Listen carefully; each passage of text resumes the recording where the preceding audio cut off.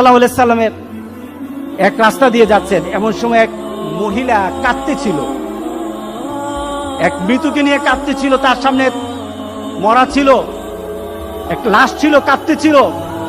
রাসূল সাল্লাল্লাহু আলাইহি সাল্লাম তাকে সান্ত্বনা দিতে চাইলেন। সে মহিলা বলল, আপনার প্রতাপকে ধরেন, আপনি আমার কষ্ট কি বুঝবেন?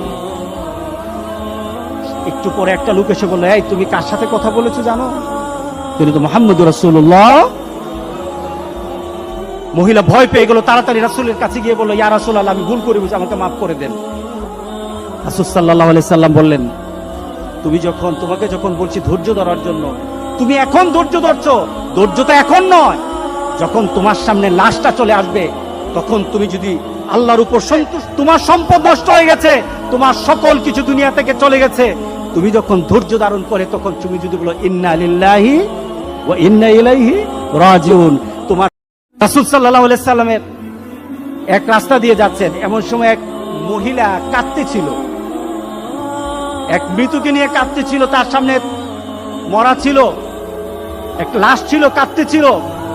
রাসূল সাল্লাল্লাহু আলাইহি সাল্লাম তাকে সান্ত্বনা দিতে চাইলেন। সে মহিলা বলল, আপনার প্রতাপকে ধরেন, আপনি আমার কষ্ট কি বুঝবেন?